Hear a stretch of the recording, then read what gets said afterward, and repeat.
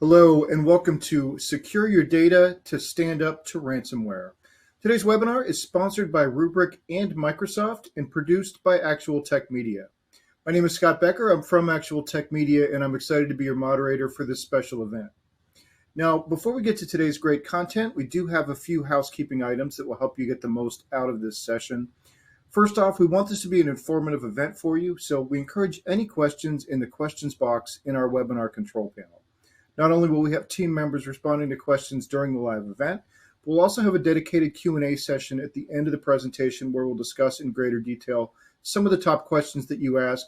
Today, we've got some dynamic presenters who are good at handling questions on the fly, so keep them coming during the presentation. We may break in with some really timely questions. A Q&A panel is also the place to let us know about any technical issues that you might be experiencing.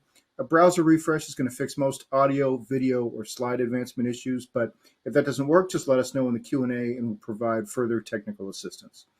Second, in the handout section of your webinar control panel, you'll find that we're offering several resources.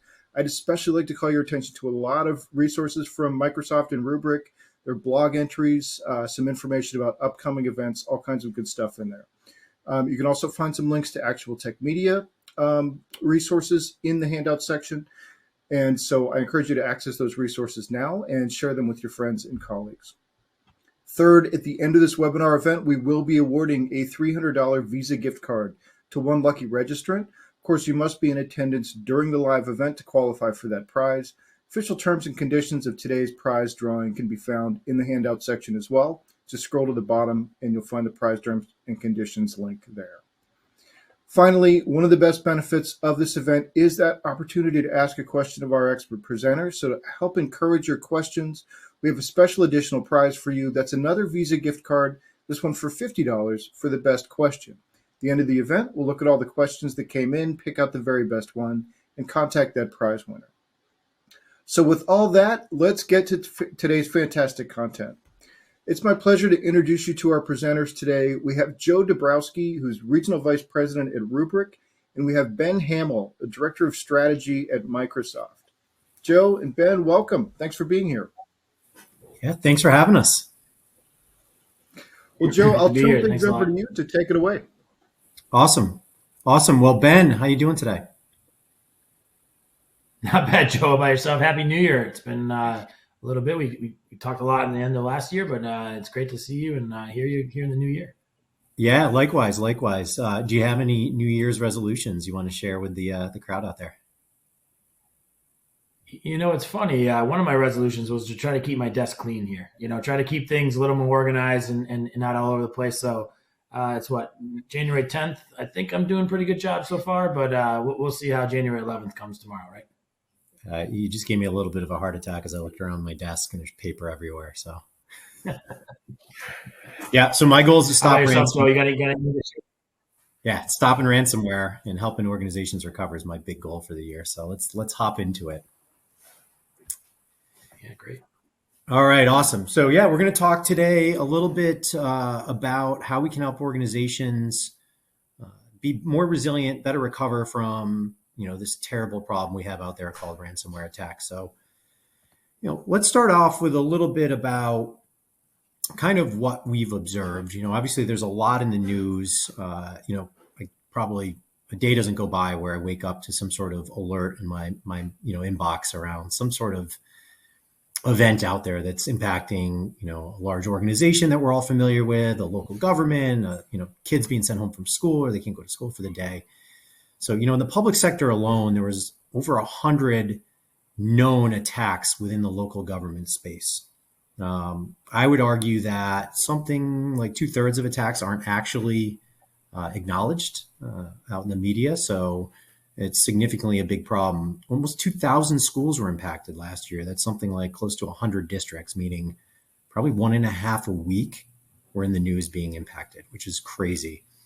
And then, IBM came out with a report that said the average cost of an attack, not including any bad guy payments, was over $4.5 million, with the majority of those costs been really accounting or accumulating post 1 year from breach, meaning there's a long tail associated with these type of events. But I think 2022 was a year where some things really popped out in my mind. I think the biggest one was what's going on in the Ukraine, right? Ransomware and, its uglier cousin, wiperware, were widely deployed as a precursor to kinetic warfare.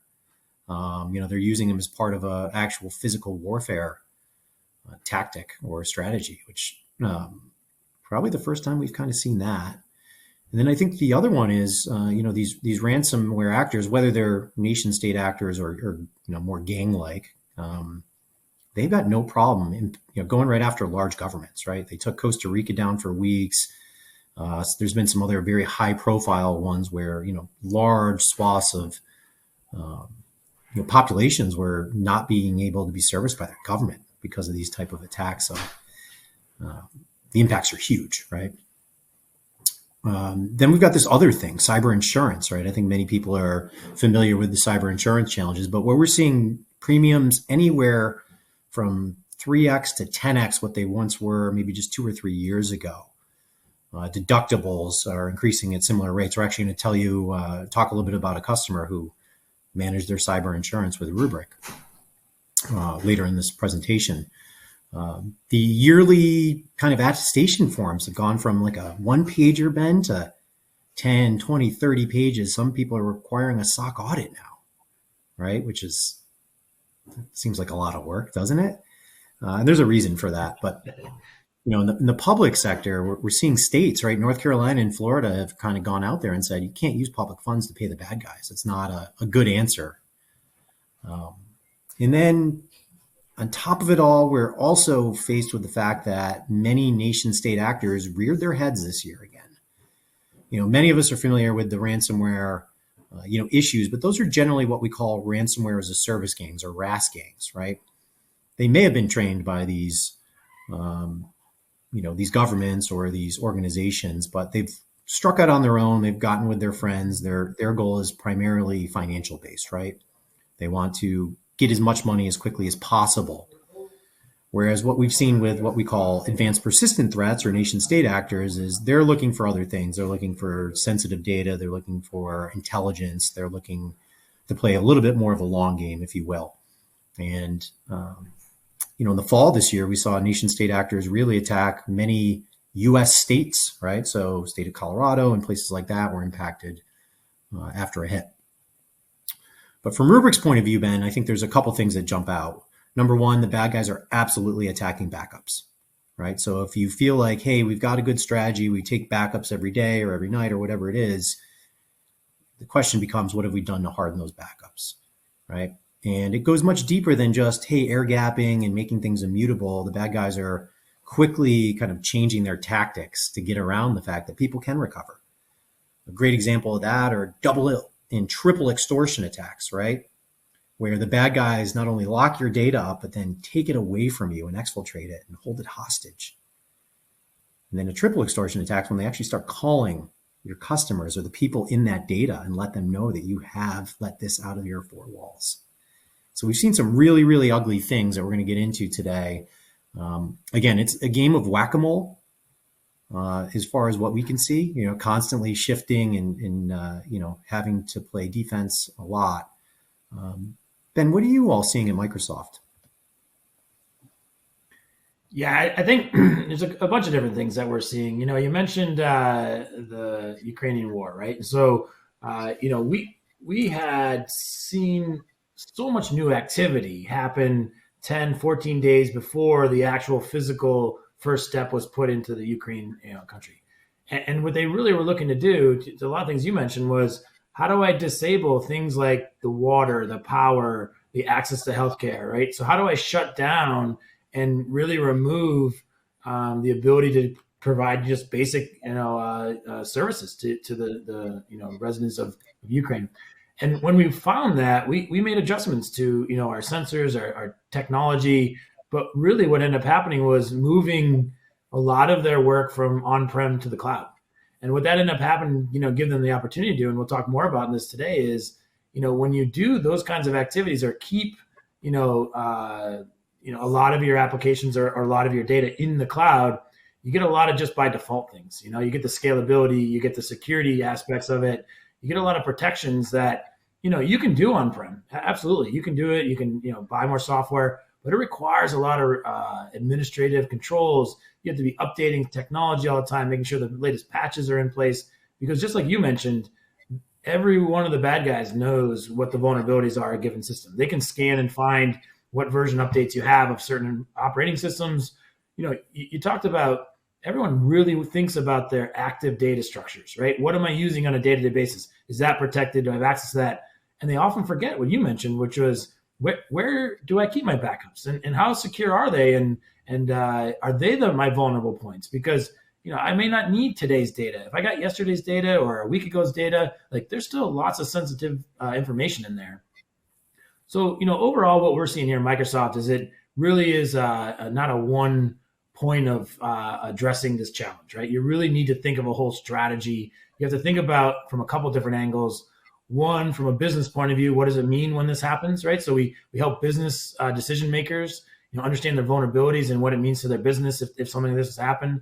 You lose trust within your customer base as soon as this happens, right? And then number two is from a technology point of view. That's where you generally think about this. It's, how do I close doors? How do I close connection points? How do I do those things? So you'll see a lot on Microsoft's website and in collaboration with Rubrik, just what are some of those landscape things you should be looking for? What are things you should be thinking about, right? And getting into. I think the public sector, in the past, is the vulnerable one, because they don't have the deep pockets that a lot of the commercial entities have, right? To think about these two and invest in the technology. They have some basic things they need to provide to their constituents, and bringing this as an added on cost. But, like you mentioned, the reason most of these reports, which I think is interesting, talk to you about public sector is because we're required in the public sector to report them. In a commercial entity, we're not required, right, to say when something's been breached or something's been happened, right? So a lot of the reports you'll see and a lot of the information you'll find, and this is what we see, is that public sector is super vulnerable, but also must report when these attacks happen because of the impact it has on the constituents. So here at Microsoft, very similar to what our partnership here with Rubrik is that you really need to think about a strategy. You need to think about an on-prem, think about in the cloud, think about a hybrid situation. Where do you put what? When do you put it there? How do you protect it? And then we'll get into it a little bit more, and even as a takeaway, folks can follow up. But zero trust is one of those strategies that you really have to think about, and how do you implement it? And it is more than just a 1 or 2 minute conversation, right? Yeah, absolutely. I think Ben, the thing that jumps out at me there is when you talk about some of these critical services being delivered. Obviously, the impact of not being able to deliver the service is really high, but that might not be the full reason that the bad guys are specifically targeting the public sector. I think it's because there's a significant amount of, private PII data, sensitive data, if you will, right? Everybody needs water, right? To their house. So, everyone's going to sign up for water. That's the scenario, that's the scenario.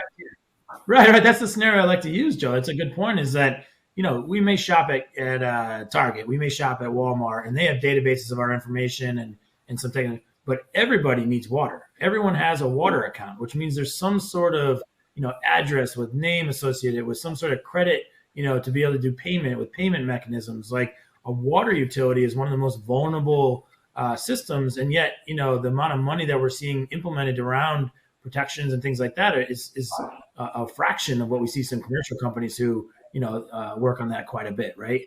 Power utilities, a lot of public-owned power utilities, and those power utilities, same thing. They have customer data, they have customer information.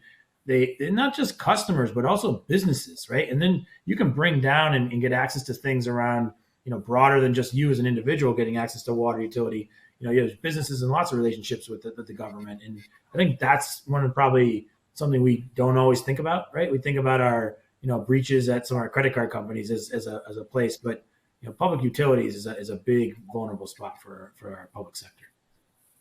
Okay.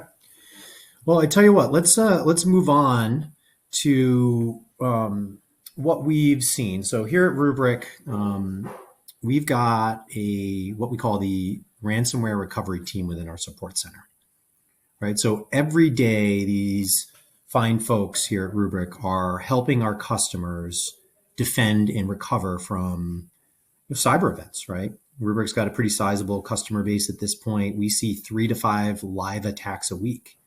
So we've learned quite a few things about not only what the bad guys are trying to do to us, but some of the things we should be thinking about to get in front of these problems, right? So we'll build this out in an on-prem context, and then we'll talk a little bit about SaaS and cloud native kind of next. We'll just kind of work our way up from there if that's fair. But the primary point of entry for a majority of these attacks are either phishing, somebody sends a targeted type spear phishing email. You've got RDP, brute force type things, but also, over the last year, we've seen the rise of credential brokers, Ben, right? The dark web is full of logins that can be bought for relatively cheap, right? So it doesn't even take a user clicking on anything anymore for there being a network event. But, simply put, the bad guys are going to come into the network, and you really have kind of two choices, right? You can give them Bitcoin and hope that they give you some sort of decryption key and you can decrypt your data and get it back up and running. You can go home too, right? That's one option. But more importantly, I think many organizations are probably going to want to come up with some sort of recovery plan, right? And this is generally where organizations say, hey, yeah, we have a disaster recovery plan for, fires or floods or a big space rock drops on my data center. We have a plan. The question becomes, do we have a plan for a ransomware event? And what's different about a ransomware event than a fire, flood, or big space rock event? Well, let's talk about that. So in order to recover from an event, we need to engage really two teams, right? So IT ops, they own the backup and recovery tool set. They might own the systems, the storage arrays. Oftentimes the DR plan kind of sits in this world with them, right? It's kind of their job to run it. And we've also got to engage our security ops team, right? Their job is to put a fence around the estate. What happened? When did this happen? How long have they been here? Preserve evidence for the FBI if that's what they need to do. That type of thing. But it really comes down to 5 core questions we need to ask ourselves. The first one is, there's according to industry analysts, there's a 90+% likelihood that during an event, the bad guys are going to attack your backup estate, right? So a majority of the attacks involve compromising the backups in some way. They generally don't encrypt them. It takes too long, but they'll delete them or take them offline or just change a couple bits, right, within and, kind of mess up the whole structure. So the question we need to ask ourselves, Ben, is what steps have we taken to harden our backup infrastructure? This is generally where you hear about multi-factor authentication. We're hearing about air gapping of backups to disconnect them from the network. We're talking about immutability. So write once, read only type backups where they can't be changed after they're written. But the bad guys are evolving their tactics here too. I mean, one of the more recent ones we've seen, Ben, is NTP drift applied to backups. So they'll fast forward your internal clock in an effort to roll off your backup retentions. That's a good example of how, I guess, iterative they are, right? Then the next question becomes, post blast, right? Let's say we've had some sort of encryption event. You need to undo what the bad guys did. So the question becomes, Ben, what tools or what process are we going to follow to understand what data was encrypted in an attack? It's kind of a hard problem to solve because there is no tool that does it, right? Generally, the bad guys aren't encrypting 100% of your data. They're going to encrypt 15, 20, 22.5% of it, and then, you're going to find the note. So how do we undo that and drive recovery? Because our metric is time to recovery. It's not just RTO, it's mean time to recovery across the board. The next thing the bad guys are going to do are exfiltrate data or attempt to. So the question becomes is, where do we have sensitive data today? Can we encrypt it to ensure that the bad guys can't read it if they get it? And then post-breach, what did they take? Because you're going to have a very different response for an organization that stole your customer list than maybe somebody that stole, Ben's holiday pictures, right? Like probably not as sensitive of data, right? Doing a little holidays. But we also got to deal with the fact that the bad guys have probably been in our network for more than a few days. They've probably been there for at least weeks. So if you think about it, if they've deployed the malware in your network, you probably have a time series history of you backing that up, right? Because there's the malware component, right? That's waiting there, waiting to wake up and play Pac-Man. And then you have the encryption event afterwards. So if we're going to recover from a known copy, how do we know that it's a clean copy and it doesn't have malware? Because we've seen plenty of situations, Ben, where a ransomware event occurs, they clean out and give you a nice clean place to put your data back, but you grab a copy with malware in it, and it polymorphs and it changes the files, and boom, you're right back to square one. So that's a real time killer, and it's a real you do not want to go through that when you're the bright lights of a ransomware event are shining on you. And then I think last but not least is, do we have a place to recover to? And do we know what applications, what servers, what workloads we want to bring up first? During an event, it's very likely that the FBI or some sort of law enforcement might be there and ask you to preserve evidence. So do we have an isolated recovery environment? Do we have a place where we can spin these things up, right? And those are kind of all hard questions to ask for. So if any of these kind of jump out at you, it's definitely something we should think about talking. But I think this brings up a good question, Ben, because what we've seen now is, as the bad guys are doing their dirty work here, they're going to try to become your admin in Active Directory, right? They're going to try to increase their privileges and give themselves more rights. Oftentimes, they'll try to go up into the cloud workloads. But the weird thing is, we're not seeing a lot of cloud-based attacks. Like, why is that? Joe, we will, right? But the realistic is, if I'm going to go break into a house, I'm going to find the person who doesn't have a front door. I'm going to find the person who doesn't have a lock on their door, right? And those kinds of things is what we find, are the equivalent of what people have on-prem systems today. They've forgotten about a server. They've forgotten about the updates. It got shut down for some reason. The vulnerabilities on my on-premise server are really hard to keep up with.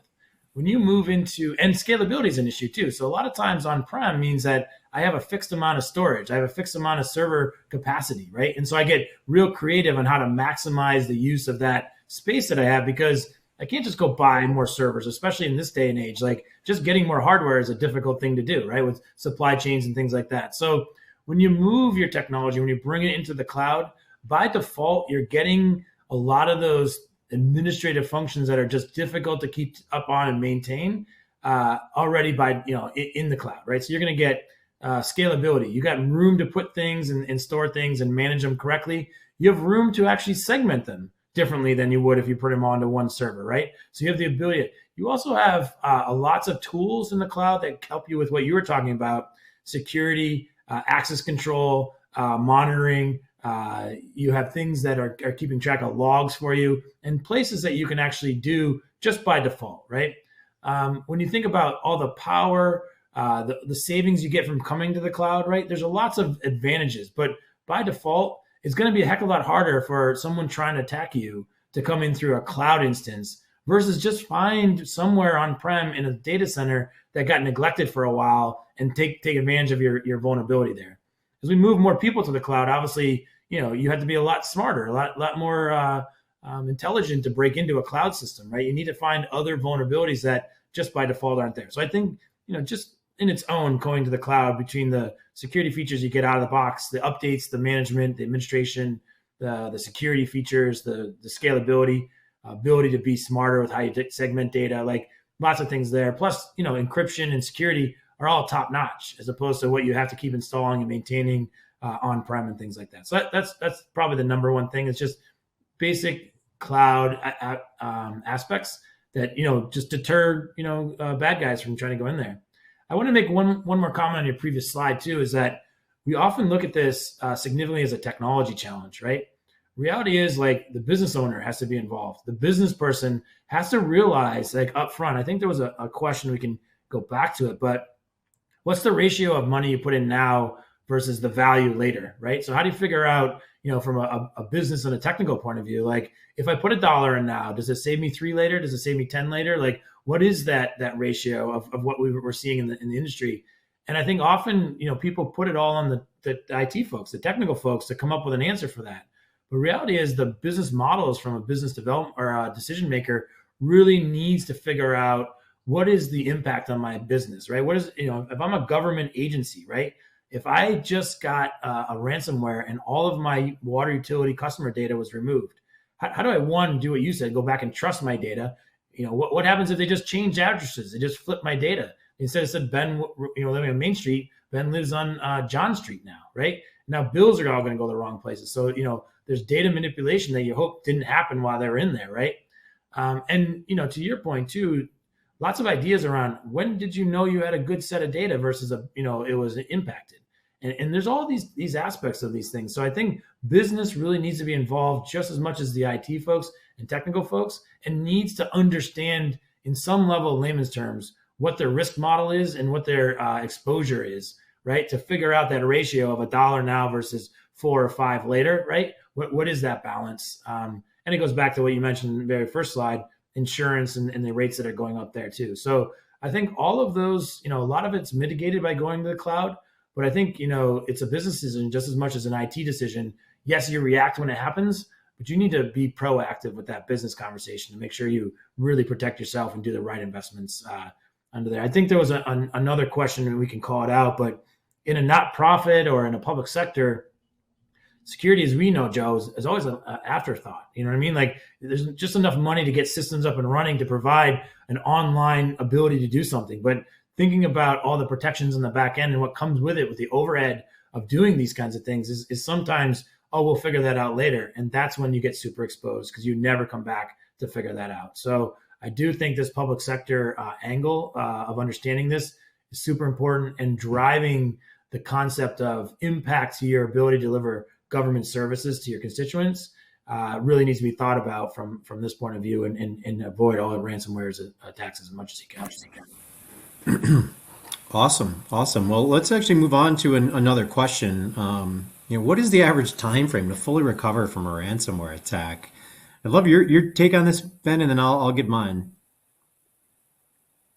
Yeah, I think you may never recover entirely, right? So you need to come to your level of confidence that you're okay. I'm good enough for now, and I'll work to get the rest. So I think time to recovery is what did I lose? Did I lose my ability to deliver a service? How quickly, like you said, can I get back up to just giving that service back again? But then, you also have to think about what does fully recover mean in your world, right? Because it just never ends. So, I mean, I know you have a lot of experience with this, Joe, and Rubrik does a lot of this on just a regular day basis. I mean, what can you share in terms of, some of what your examples and some of the time for recovery? Yeah. So there's really kind of, to your point, there's two things there. There's the full recovery, and what does that really mean? And then there's the, hey, give me the data back so we can restart the application, restart the service, that type of thing, right? Like, so what we've seen, the long pole in the tent is the data recovery many times of this, right? It's the hardest thing. It's got gravity to it. You can recreate personas and roles and all that stuff. And, in Active Directory, you can, spin up new machines and virtual machines pretty easily, right? And, you can spin up cloud instances relatively easily, but the data still does take some time, right? So the best organizations, right, and here actually I've got a slide on this, can recover very fast the data, right? If you're recovering large swaths of data, let's say multiple terabytes, tens of terabytes, within a period of a couple hours, I think you're best in class. Right? If you're in minutes, you're probably top 1%.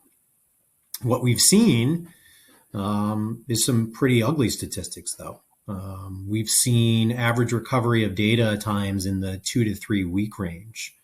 There's a large county in Long Island that's they weren't able to, because of their data issues, they weren't able to do a real estate title transfer for over 100 days. Right. And that is actually a money-making thing for the county itself, right? It's a revenue-generating application. So, you have to look at it from not only like there's sometimes a dollar figure with it, right? If your parking garages are down and you can't take money in for parking garages, you're not making money. But then there's also the service side. So, I'd say minutes to hours, you're in the best shape. If you're in, hours to a day or so, you're probably in the middle part of what good looks like with room for improvement. And if you're thinking right now, gosh, that would take us multiple days to probably weeks, I strongly recommend that you go have these conversations right away. But let's put this in a little bit. And I think, right. It's just like our house, Joe. Like if you don't keep your house in order, if you don't know where everything is and you're just searching for things and think you lost something, sometimes that's also, a variable in time to recover. Like, I don't know what they lost. I don't know what they took. You know what I mean? What am I missing? Right. And so I think there's a lot of opportunity for folks to just get an inventory and an understanding of where things are and where they're connected, and better understand that and look at your mission critical applications. I think you hit on a perfect one, which is you may have lost a lot of things, but how do you prioritize what comes back up, right? How do you prioritize isolating and finding those things? I mentioned it earlier, which is if you have on-prem servers, or if you just have a cloud instance, you just have everything up there and VMs, like, or even on-prem, and you just don't know where everything's connected, that can become an issue, right? You can say, well, I think that's all the instances we have. Well, as soon as I think, when I think about, applications, you typically have development environments and test environments and other environments that are similar to production. And then you have a production environment. So for sometimes these major applications, you have multiple environments. You have to find where the data has been, manipulated and things like that. So I think that's a big piece. I think there was a comment in there, Joe. I don't know if you've been reading the questions, but the world is too connected to go completely air gap, right? We can't just go offline and not be connected. We have to provide, and there's expectations of providing in public service a level of service what we expect from some of our retail experiences, right? And so you can't go back to the world of come into my office all the time, because that doesn't work either, right? So I think there's a serious balance between that and giving us the opportunity to think about where do you put things and how do you feel comfortable about providing those services in a connected world. I don't think moving all the way back to a disconnected world is ever the right answer. I mean, we lived that world as we were growing up, Joe, right? And it's you can do a lot more things from your couch and saves me a lot of time. And I don't have to be standing in line at the DMV to get things done these days, right? So I think we do need to stay in a connected world.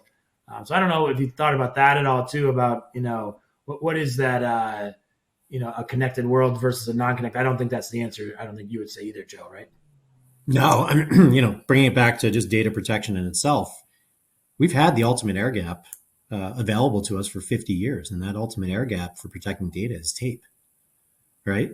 But the issue with tape is you pick it up, you take it somewhere else, and it takes you a long time to bring it back, read the data, get it back on, right? So I don't think that's what anyone's looking for, right? When we think of a good recovery, it's not just, hey, do I have the data, right? And can I recover it? The answer is probably yes.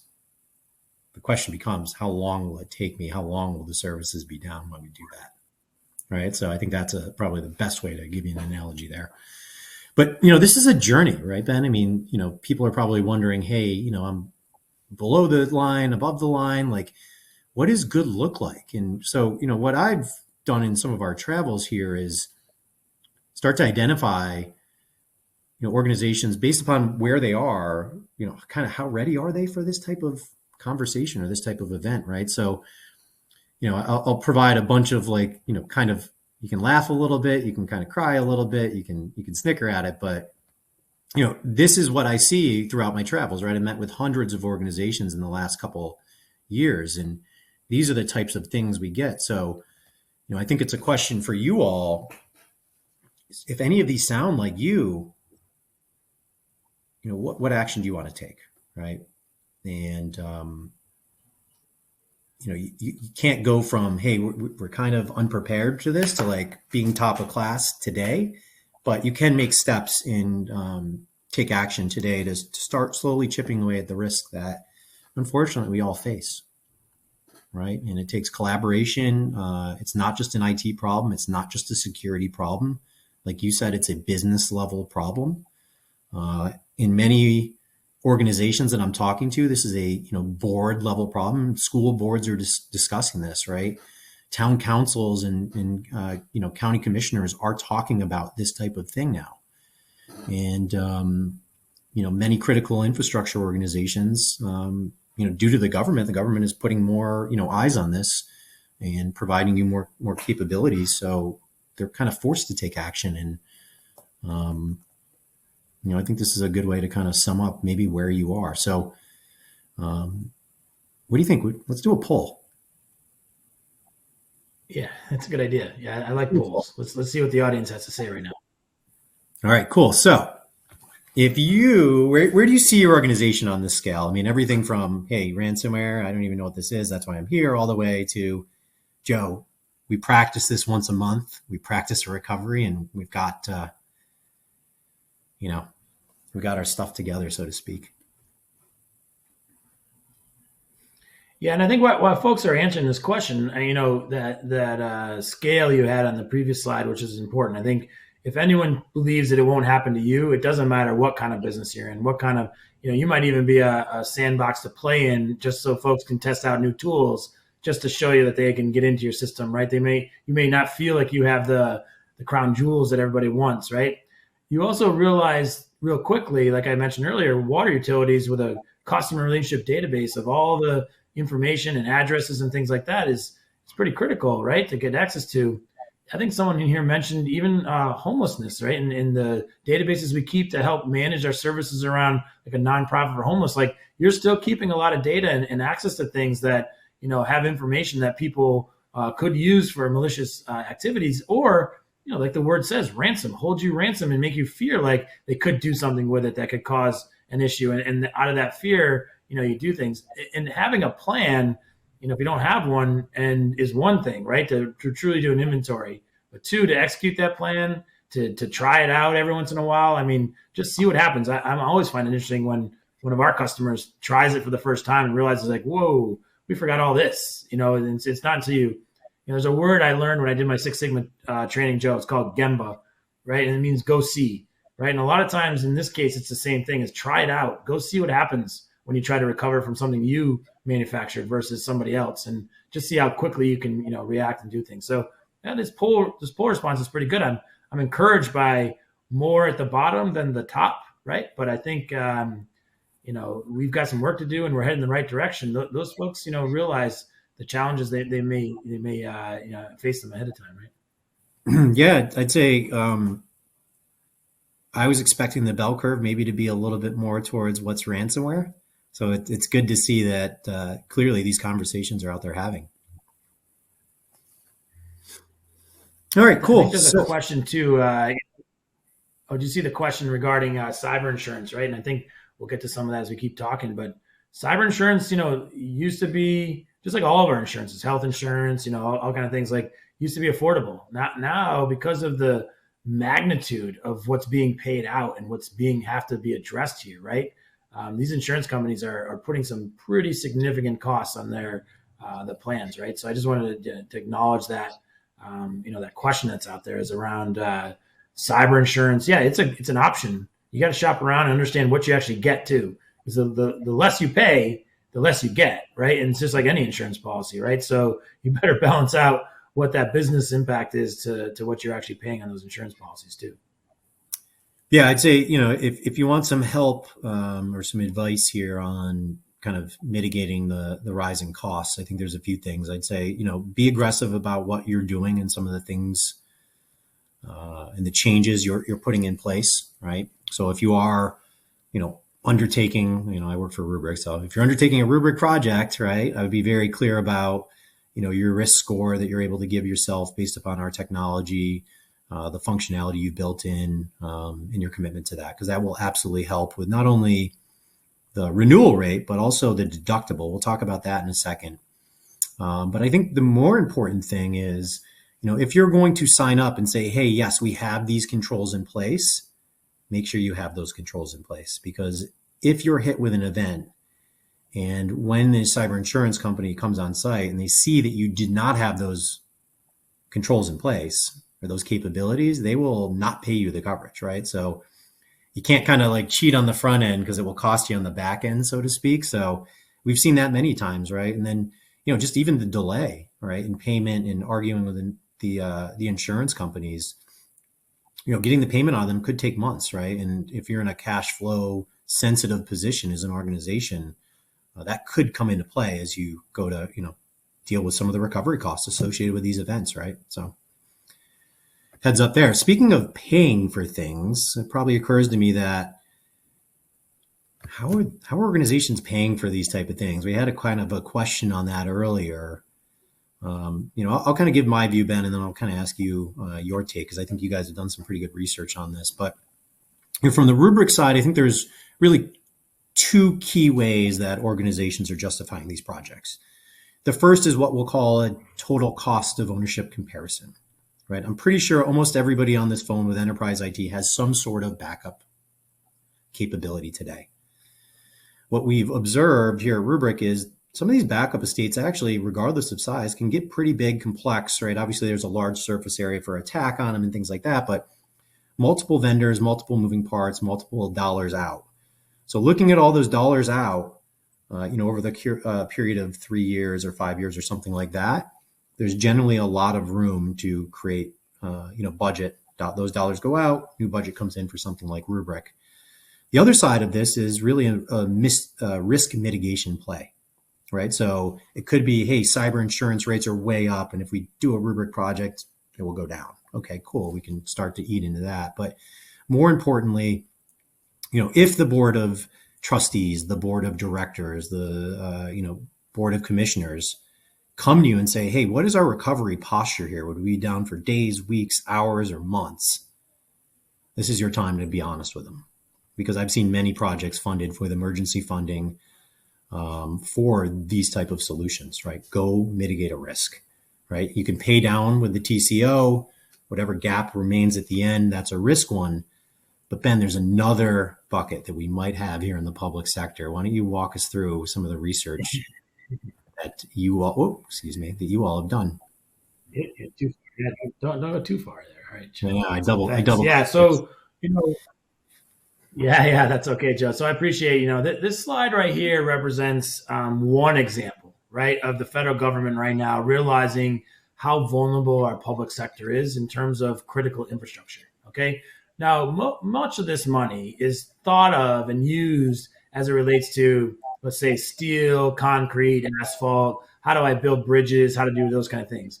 But when you actually break down this money, I applaud the federal government, because in each of these grants, and this is $1.2 trillion authorized and fully funded by the Biden administration. It was a year ago, November, they introduced it. It's a year ago now this month that they fully funded it. So for the next 5 years, there's $1.2 trillion being distributed out to all of our critical infrastructure agencies, right, to look at, our physical infrastructure. That's a big piece of it. But each of these grants, right, and so some of them are what's called formula grants, which money will just flow to each of our government agencies and things like that. And some of them, which is the more important part about how we're talking about today, are saying, we don't know everything. So come to us with a competitive grant process. Come to us with what your challenges are. And in those challenges, bring to us your technology vulnerabilities, bring to us your opportunity for us to help you, not just physically manage our critical infrastructure, but logically, right, from a technology point of view. So in each of these, there's, lots of money involved into it. As a joke on this one here, you'll see that little slice down there called $1 billion of cybersecurity. When you think about $1 billion of cybersecurity, you think like that's a lot of money. But when you put it into perspective around $1.2 trillion, that you need more money than just $1 billion to help you. So in each of these buckets, you'll see probably one of your public sector agencies, kind of represented, right? So whether it's a physical Department of Transportation or a water or a power or, those environmental resiliencies, you'll see lots of this money was designed to help strengthen our physical and logical infrastructure. So what I would recommend to folks here on the webinar is to think about your agency, think about your public sector impact, think about how you're being funded right now. And when you do think about where do I get my money for the resiliency and for protection against things like ransomware attacks, how do I work that into a competitive grant or a request to the federal government for this money? And I think that's one of the biggest things that we're seeing. Now, what's nice about this money, too, is it doesn't just take public sector by itself. It also understands that public sector doesn't exist without a private relationship or a private sector relationship. So much of this money, like right now, there's 4 grants out for, I'll just use an example, the public managed power utilities.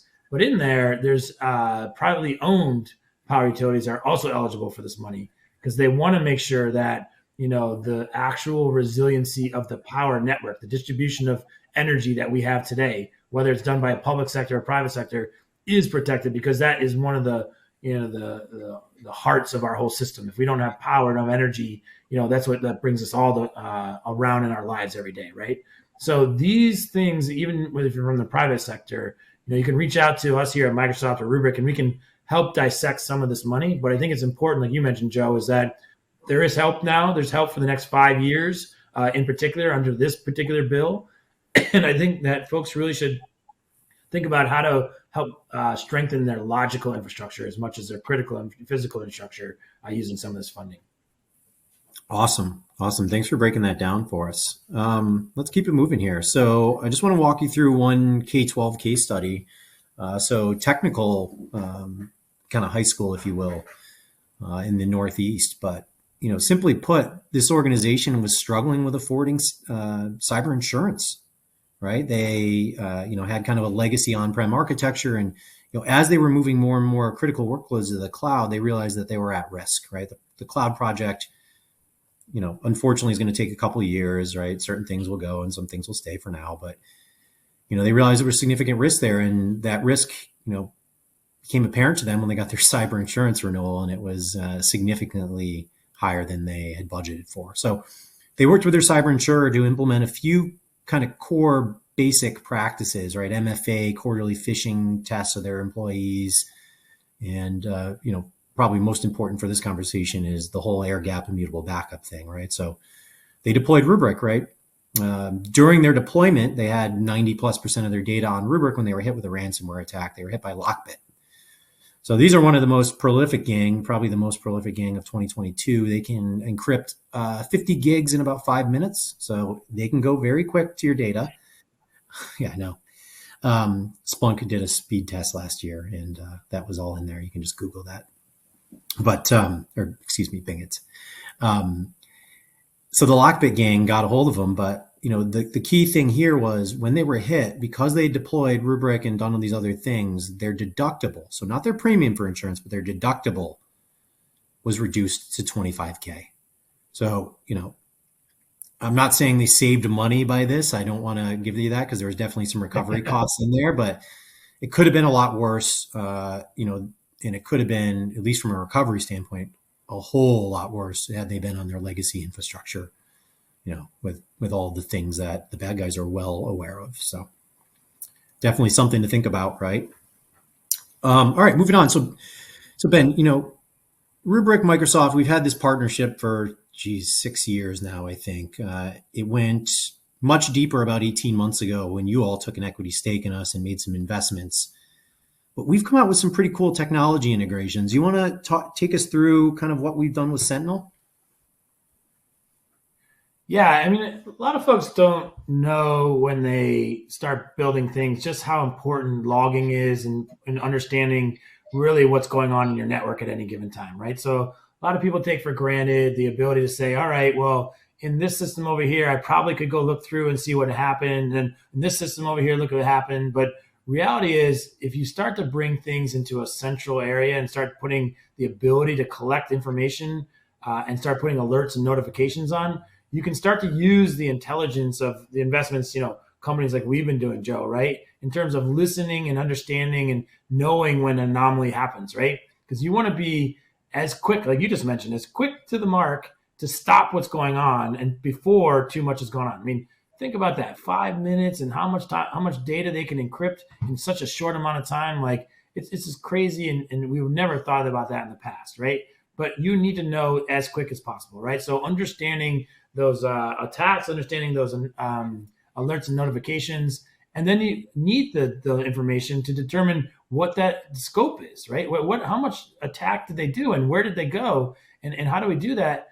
And can I start marking certain information as sensitive? And can I start watching, not just my storage of my data, but my data while it moves, and then my data and where it went, and understand the full, move or life cycle of that piece of data, right? And I think that's where you start getting to the classifications and things like that. And it's important to do that. So between our two companies, I mean, think about when you have companies like us that work together, right?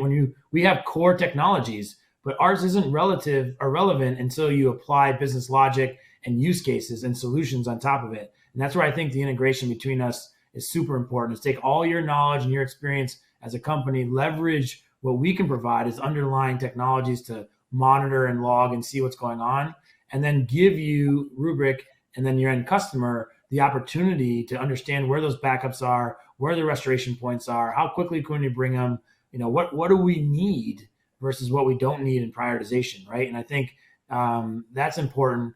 And then, a partnership between a company like ours also understands what the on-prem world versus the cloud world is. Where do I need to put things? How do I manage those things? Because, again, Microsoft is a technology company. It's not always an end solution. And so partnership with Rubrik, I think, drives home like what our customers together really need, right? So I think, together, Rubrik and Microsoft brings lots of technology. And then when you look at us on where you're addressing this, you can start thinking about those proactive ways. And like you mentioned, how do I bring down my premium? How do I bring down my deductible, right? And those are going to be through not just physical policies and procedures, it's technical solutions and deployments. And then it's a combination of the two in order to achieve your goals. And demonstrating, a Rubrik Microsoft integration is going to help you with that conversation with the insurance company. It's also going to help you significantly recover when if and when a ransomware attack happens, right, Joe? Yeah, absolutely. Awesome. So, we've probably got a bunch of people pretty interested in what we've had to say now, or hopefully, right? So I want to give you all an opportunity to learn more, right? So we didn't go too deep into the technology today. That was not the goal. It was more to bring awareness to this. But if you want to learn more about how Rubrik has applied a zero trust framework to protecting your data, right? And the legacy, replacing legacy backup with more modern cyber and resilient solutions, we've got just the thing for you, right? If you want to learn more about how do we solve for those gaps that you illuminated during the anatomy of an attack, we've got an event coming up. So February 28th, we've got our Zero Trust Summit. So Microsoft and Rubrik are putting this on together. There's a whole slew of bite-sized content, if you will. There's 20, 30-minute type sections, so you can kind of pick your own journey throughout the day. A bunch of, really experienced speakers, a lot of really thought leadership. So we're really excited about that. And then one more thing we have for you as well. It's called Save the Data. So Rubrik and Microsoft are putting on this roadshow of events where we put you in an interactive role play tabletop exercise scenario. You get to play the CIO or an application owner. You get to talk to the other IT people. You get to see board of directors meetings. So simply put, you get to feel the heat of a ransomware attack without actually experiencing one. So if you want to learn about this without it really costing you anything, this is a great way to do it. Generally, when we have an IT persona or a security persona attend one of these, they immediately go, "Hey, Joe, can you bring this to us? Can you do one of these at my office? Can you do one of these for my organization? My CFO needs this, my CEO, my president, my mayor needs." I've done these for mayors, which is really hysterical, but that's where we are. So want to open it up for Q&A. I'll just say on those tabletops, Joe, I also second that. I echo what you're saying is that, lots of folks don't know what the pressures are like and the time crunch you're under, right? To be able to react, make decisions rationally, use the information, get access to the information you need to do to make those decisions. That's what we talked about earlier in this presentation, bringing the business folks in sooner than later, right? Understanding who your business decision makers are, helping them understand, like, we need to be prepared for this, and we all are in this together, right? We all have to make decisions quickly, and we got to act quickly, and we have to understand our, the impacts of our conversation, our actions sooner than later, right? And I think those tabletops, I love the idea of just situationally exposing you to it, but then even in doing a custom one for folks is a great exercise for them as well. Awesome. All right. Okay. Yeah, well, great discussion so far. And you guys have been, tackling some of the questions that have come in from the audience, but we have a few more here for the Q&A portion. So this first one comes from Sachem, who's asking, what are the factors affecting recovery? And Sachem shares that they recently experienced a big issue. Are there top factors that affect a recovery? Oh, yeah. Yeah, absolutely. So, number one is, do you have good backups that are available? I think that's number one, right? Two, do you have a place to put those backups that, is clean, right? Do you have an environment you can recover to? You got to think through this one because, like Ben said before, no offense, servers aren't growing on trees right now, right? If you call one of the major server vendors, it's going to be months, not a day, to get them in. So, you need to think about, hey, do we recover to the cloud? Do we start writing applications in the cloud? What do we do? I talked through it in some of that anatomy slide as well, but understanding what the bad guys did, so what to recover, understanding how you get clean copies, understanding the sensitive data impact, all of those things are absolutely critical. I guess decision points for you in terms of is this going to be an hours long recovery or is this going to be days to weeks? Right, and I think the other part about it too is being ready with a communications plan, right? So I also think that, this will happen. You have an internal scramble of, every second counts, right? But you're also going to have to do some level of damage control to the folks you service, right? And so you also have to think about how am I articulating this and managing externally as fast and as hard as I'm working internally to recover through all these things. And am I executing against my plan? And do I have everything thought through? And Joe, to your point, like I've seen this before too, like, we have like a instance in Microsoft's Azure cloud. We'll just go recover there. Like, do you have your subscription set up? Do you have the ability to actually, put things there, right? Did someone put it on their credit card and now you want to put your whole business up there, right? There's lots of things to prepare for too that, like you said, if you want to stay on-prem, if you're in the process of moving from on-prem to the cloud and you haven't gotten to the cloud yet, like think about, how quickly I can get to a place to recover, right? And have that, you can't just sit around an empty warehouse ready to move stuff, right? You got to have that warehouse thought through and where you're going to go. So I think that's an important part too as well. And, finding where your recovery point is and where you trust things is a real sensitive point in time, right? And how do I do that? Where I think there's another question about, knowledge of data manipulation and how that could affect if I recover to the wrong point and I don't know what's going on, right? Or your long-term example, Joe, which is I only told you about some of the places I was, and I'm going to be back here 2 months to tell you all the other places I am because I'm secretly hiding on you, still in your network, So there's a couple of questions about the partnership too, so maybe those would be some good ones to close out on. Michael's asking, does Rubrik fully support running in Azure? Yeah, absolutely. So, Rubrik protects with a single, I guess, environment or pane of glass, if you want to call it that. On-prem SaaS-based workloads like M365, right? We've seen a lot of attacks against M365 in the last couple of months. And also we help protect cloud-native workloads, right, that are living up in Azure. You can write from on-prem into the cloud. You can write from, regions into the cloud. We can manage all that kind of stuff for you. So got a variety of options in terms of how you protect data, depending on where it kind of starts its life cycle and what you want to protect it against. Okay. There's a question from Brandon. It says, thanks for the discussion. How can your solution help with compliance, like SOC 2 or ISO 27001? Ben, you want to take, I guess, your point of view on that? Yeah. So a couple different things. Those are broad compliance questions, which I think needs an assessment to really look at your compliance checkboxes, right? But between Rubrik and Microsoft, I mean, there are answers at different levels. There's preventative and predictive and things that you want to do there. There's definitions of reactive components that you need to have. But I do think it's probably a broader conversation to answer really quick. But between the two companies, with the tools that Microsoft provides, the solutions that Rubrik has, both of those can be addressed on a more comprehensive level.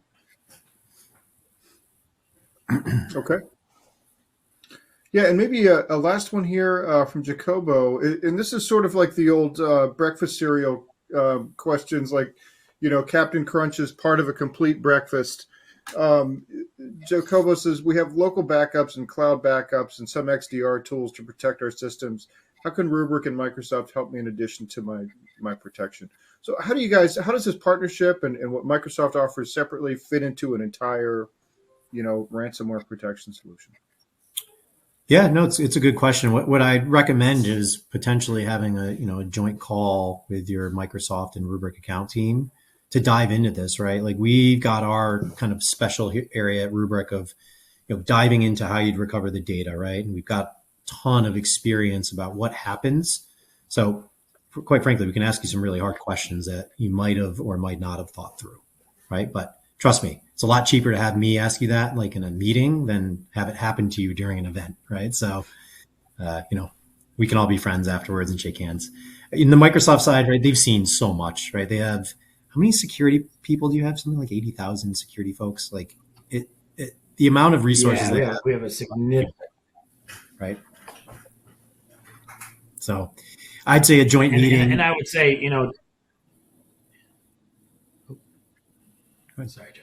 I was just going to say, another point you made, Joe, was, your upcoming webinar, right? With zero trust. It's really about understanding your strategies and understanding how you're protecting against your vulnerabilities to avoid having to have this conversation with us, to be able to say, what am I doing to recover, right? So I think there's a lot of proactive pieces that, your Microsoft folks can help you with, but you still need to understand it could and very well will happen to you. So you can't just say, oh, I've done so much on the front end, I don't have to worry about the back end. You will have to prepare and want to be ready to go when if an event happens, right?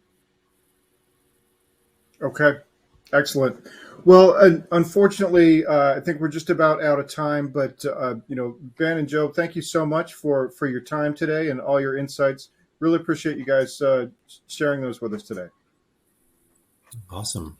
Thanks for having us. Thanks a lot for the time. Appreciate the opportunity.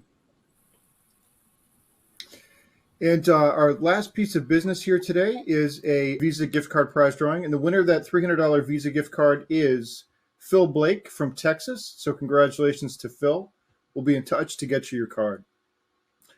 And with that, on behalf of the Actual Tech Media team, I do want to thank Rubrik and Microsoft for making this event possible. And thanks as always for attending and for your great questions. That concludes today's event. Have a great rest of your day.